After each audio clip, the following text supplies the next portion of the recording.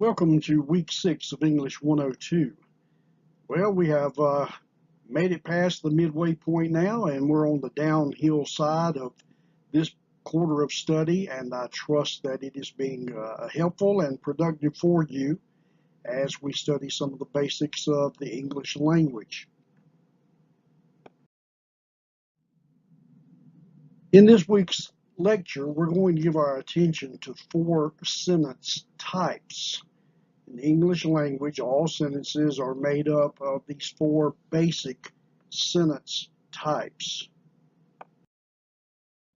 Those types are a simple sentence, a compound sentence, a complex sentence, and then a compound complex sentence. So let's give our attention to all 4 of these and look at examples of each. And hopefully by the end of this lecture and after you're reading your textbook, you will have a pretty good handle on the 4 sentence types. First of all, let's give our attention to a simple sentence. A simple sentence is a sentence that consists of one independent clause and no dependent clauses. Now, we've reviewed before what clauses are. An independent clause is a clause that contains a subject and a verb and gives a complete thought. Beverly cooked the meal. In this sentence, we have a subject and a verb, and it makes a complete thought. Beverly is the subject, cooked is the verb, cooked the meal is the entire predicate, and the predicate contains a verb and a direct object. But in this sentence, we have a subject and a verb, and it makes a complete thought. So this is a simple sentence. It has one independent clause.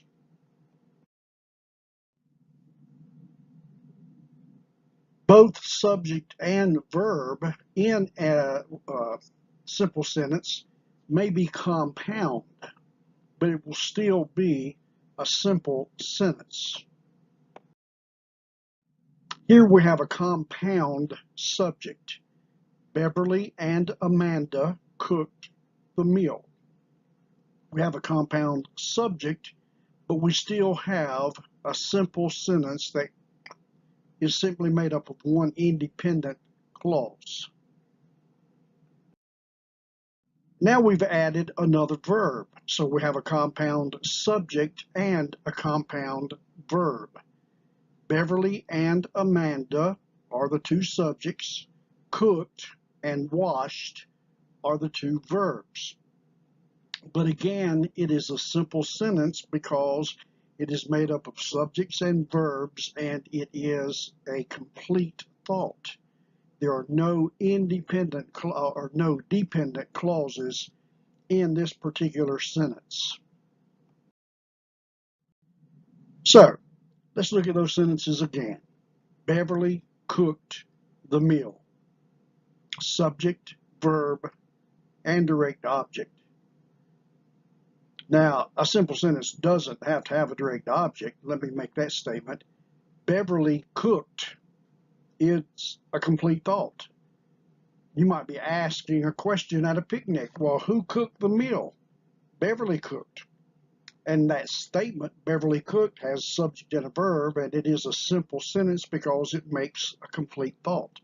But here we have Beverly cooked the meal, and again, it is a simple sentence because it is made up of one independent clause.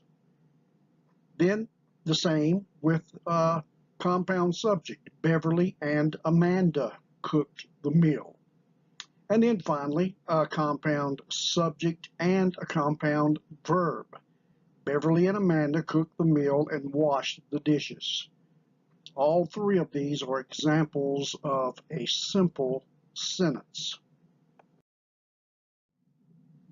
Now let's give our attention to a compound sentence. A compound sentence consists of 2 or more independent clauses. Now remember, an independent clause is a clause that can stand alone. It has a subject and a verb and makes a complete thought. Well, a compound sentence is made of two such independent clauses, two clauses that contain a subject and a verb, and each makes a complete thought. Independent clauses in a compound sentence may be connected in three different ways. First of all, they can be connected by coordinating conjunction. Secondly, they can be connected by a semicolon. And third, they may be connected by a semicolon and a conjunctive adverb. Now, if you don't remember what those terms are, coordinating conjunction and conjunctive adverb, we'll do a little bit of review here just to remind us of what these two terms actually refer to. Coordinating conjunctions are these 7 words: for, and, nor, but, or, yet, and so.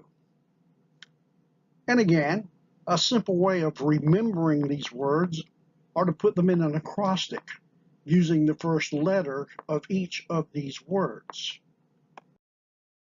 When we look at the first letter of all 7 of these coordinating conjunctions, we see that it spells out the word fanboys: for, and, nor, but, or, yet, and so. So a simple little tool to remember these 7 coordinating conjunctions. And in a compound sentence, the two independent clauses may be connected by a coordinating conjunction. Coordinating conjunction is used to connect grammatically equal elements. Seasons come and go, and each has its own beauty. So we have 2 independent clauses. Seasons come and go. Each has its own beauty. But instead of making that into 2 sentences, as I just read it, we can connect it by inserting a coordinating conjunction. And. Seasons come and go, and each has its own beauty. Now, they can also be connected by conjunctive adverbs. And in this chart, I have conjunctive adverbs listed on the right column, and I have just how they show a relationship in a sentence between the 2 independent clauses.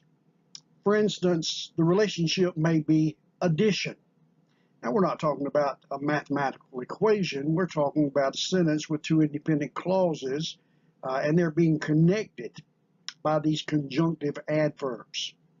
And to show addition, that something is an addition to something that has already been said, we might use words such as also, furthermore, moreover, besides. If we're wanting to show contrast between the first independent clause and the second independent clause, we might use words such as however, still, nevertheless, conversely, nonetheless, instead, or otherwise. If we want to do a comparison, we might use similarly or likewise. If we want to show that the summary of the first independent clause is being stated in the second independent clause, we might show that by using words such as therefore, thus, consequently, accordingly, hence, or then. We might also be wanting to show a time element between the 2. Next, then, meanwhile, finally, subsequently.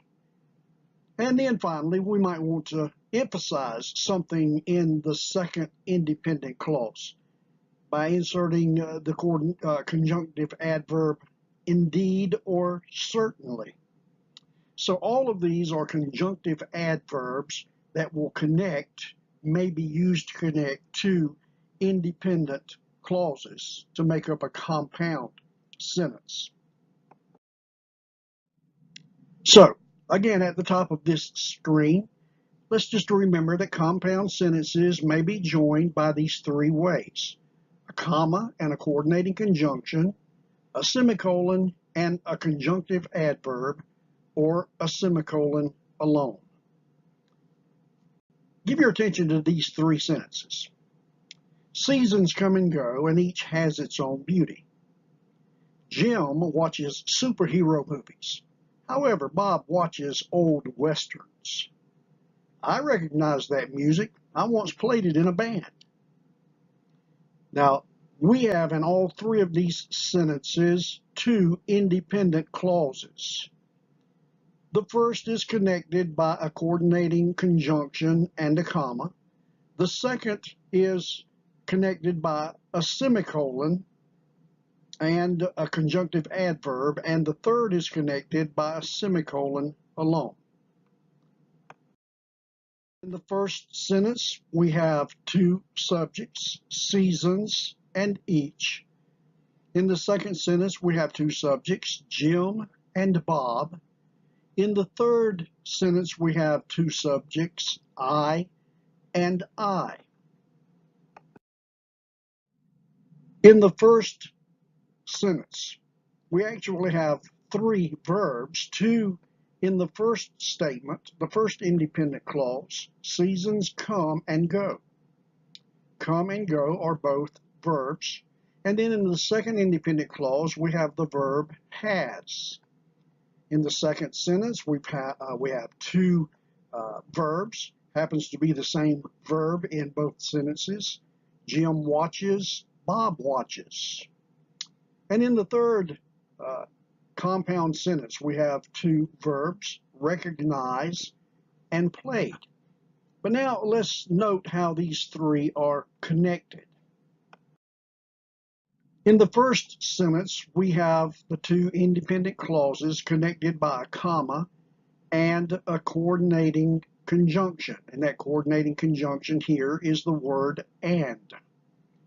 In the second sentence, we have a semicolon and a conjunctive adverb. Here, we're showing contrast by inserting the adverb however, and so we have a conjunctive adverb and a semicolon.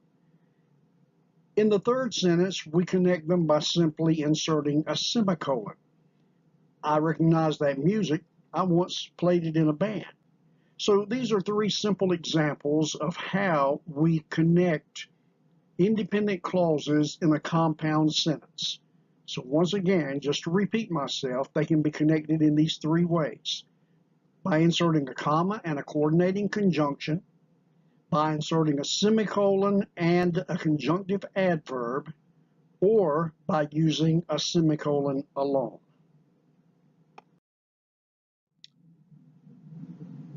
A complex sentence is a sentence that's composed of one independent clause and one or more dependent clauses. I have three examples here on the screen. The Nile River, which is Africa's longest river, flows northward. He who is good at making excuses is seldom good for anything else. Nothing can be truly great which is not right. Let's give our attention to that first sentence.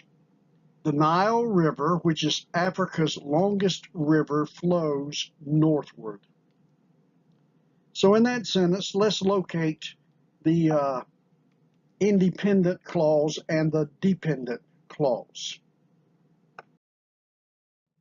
In this sentence, the phrase, which is Africa's longest river, is the dependent clause. It cannot stand alone in the sentence, because even though we could say that which is the subject and is the verb, it doesn't make a complete thought. Which is Africa's longest river.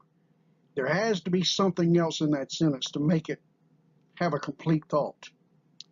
The independent clause in this sentence is the Nile River flows northward. The Nile River flows northward is the independent clause. which is Africa's longest river, is the dependent clause. And you can see in this sentence, the independent clause comes in the middle of the sentence and it's offset by commas. The second sentence, he who is good at making excuses is seldom good for anything else. So again, let's locate the dependent clause in this sentence. The dependent clause is who is good at making excuses. It begins with a relative pronoun, who. He is seldom good for anything else is the independent clause. It makes a complete thought. It has a subject, he, and a verb, is, and it does indeed make a complete thought.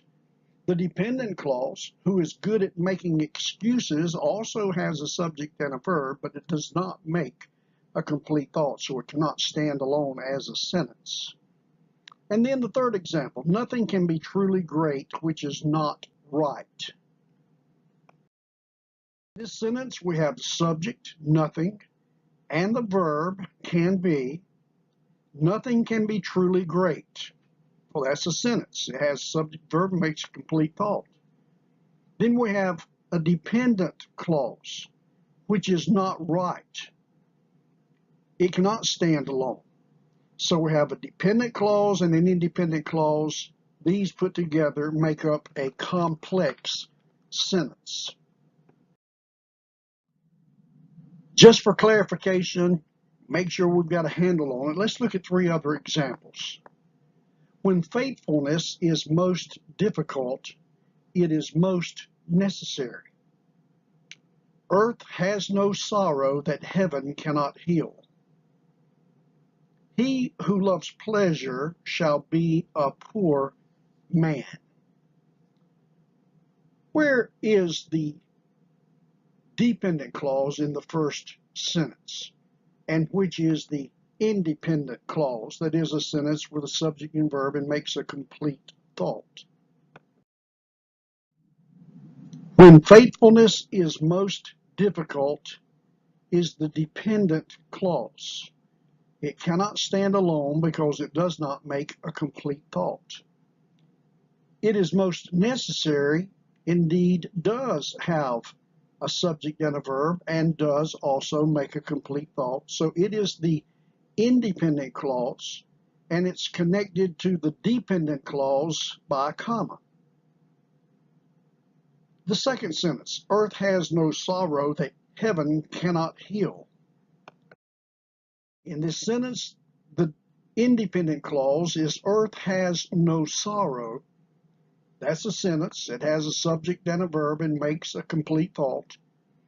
The dependent clause, that heaven cannot heal, is the one that's dependent on the other to make sense. So again, we have a complex sentence with a dependent clause and an independent clause.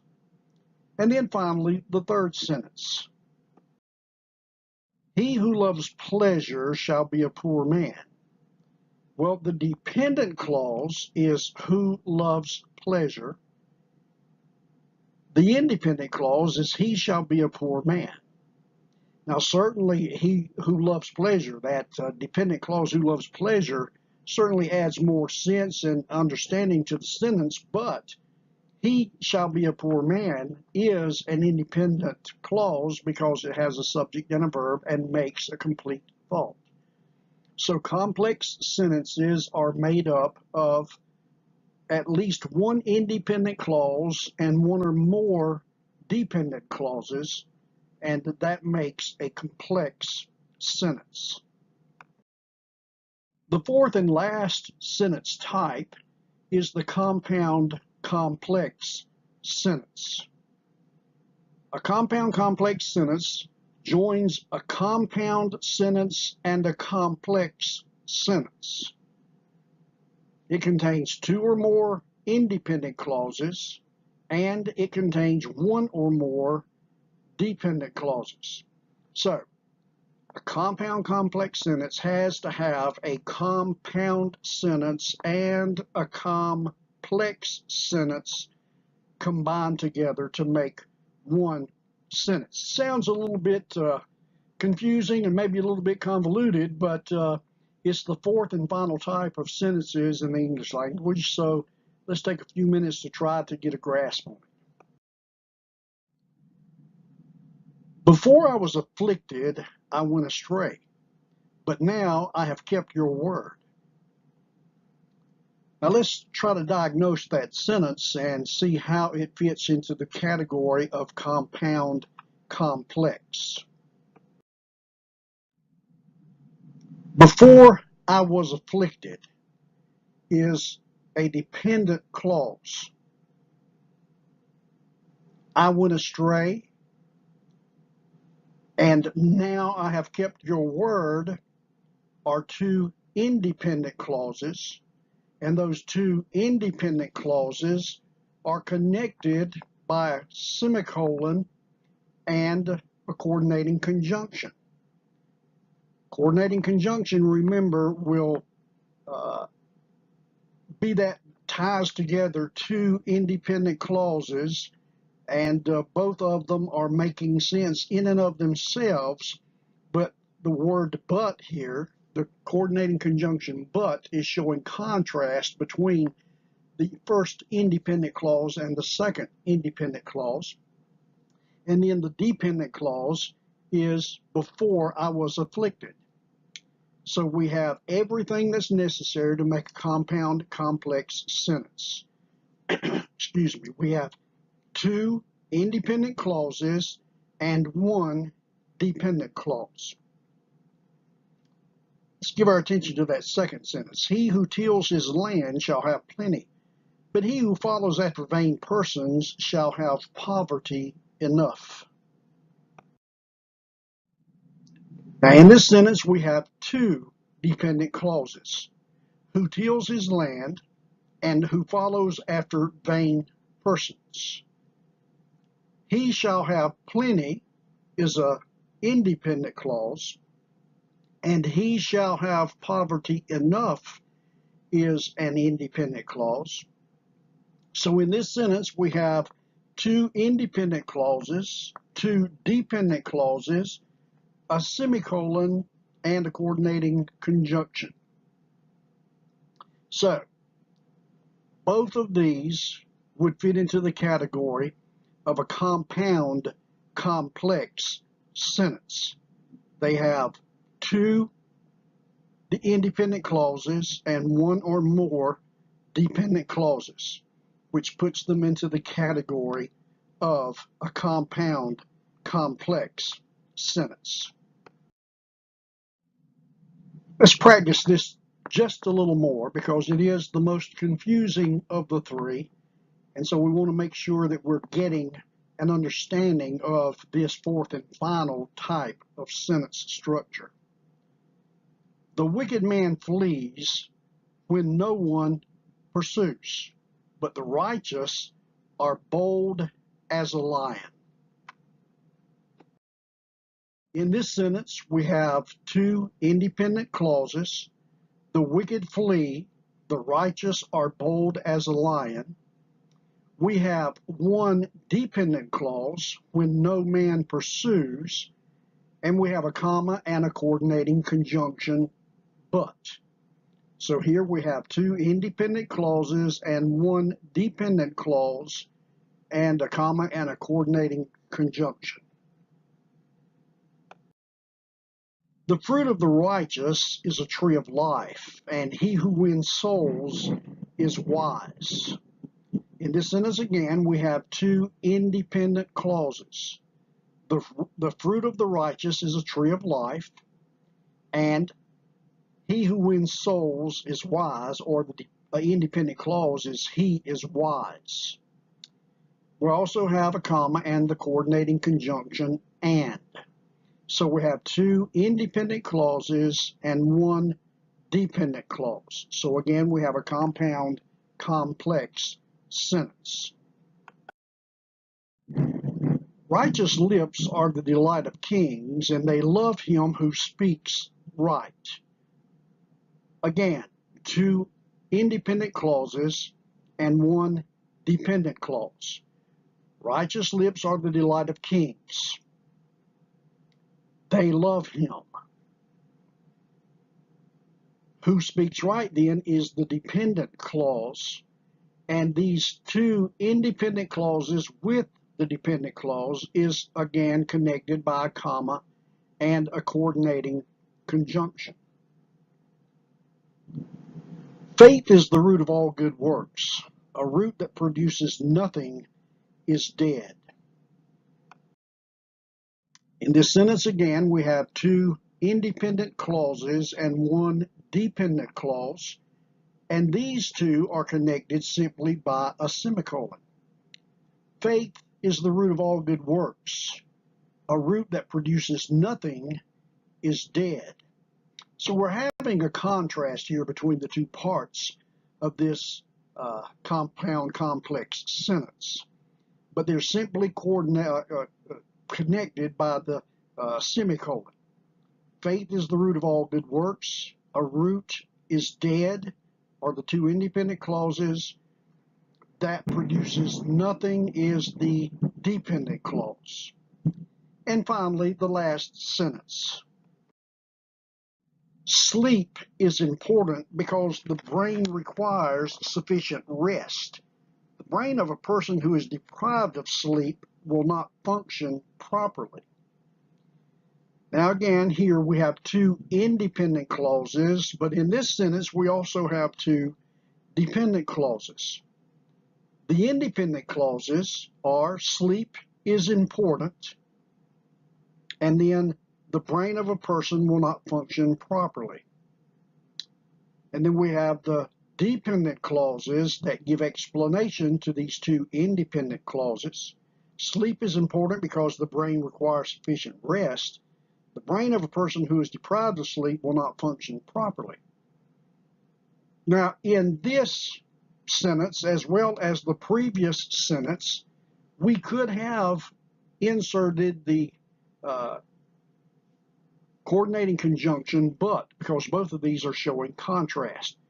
Faith is the root of all good works, but a root that produces nothing is dead. Sleep is important because the brain requires sufficient rest, but the brain of a person who is deprived of sleep will not function properly. So, either way, this would be a perfectly good compound complex sentence. The reason that we're not using the coordinating conjunction but in both of these sentences is because just inserting the semicolon gives more of a contrast between these two statements. The contrast is there without inserting the coordinating conjunction but. The contrast is understood just by the statements in the two sentences. So, now we've looked at all four types of sentences: simple, compound, complex, and compound complex. So now you're ready to take your quiz for this week. And again, I know I've said this every week, but it bears repeating.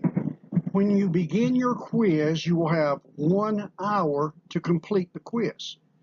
Now, that's plenty of time to answer 20 questions. So it's not like that it's going to be difficult to finish within that time frame. But you do need to make sure you have a full hour set aside with no interruptions and no distractions, because once you start, then you must complete it.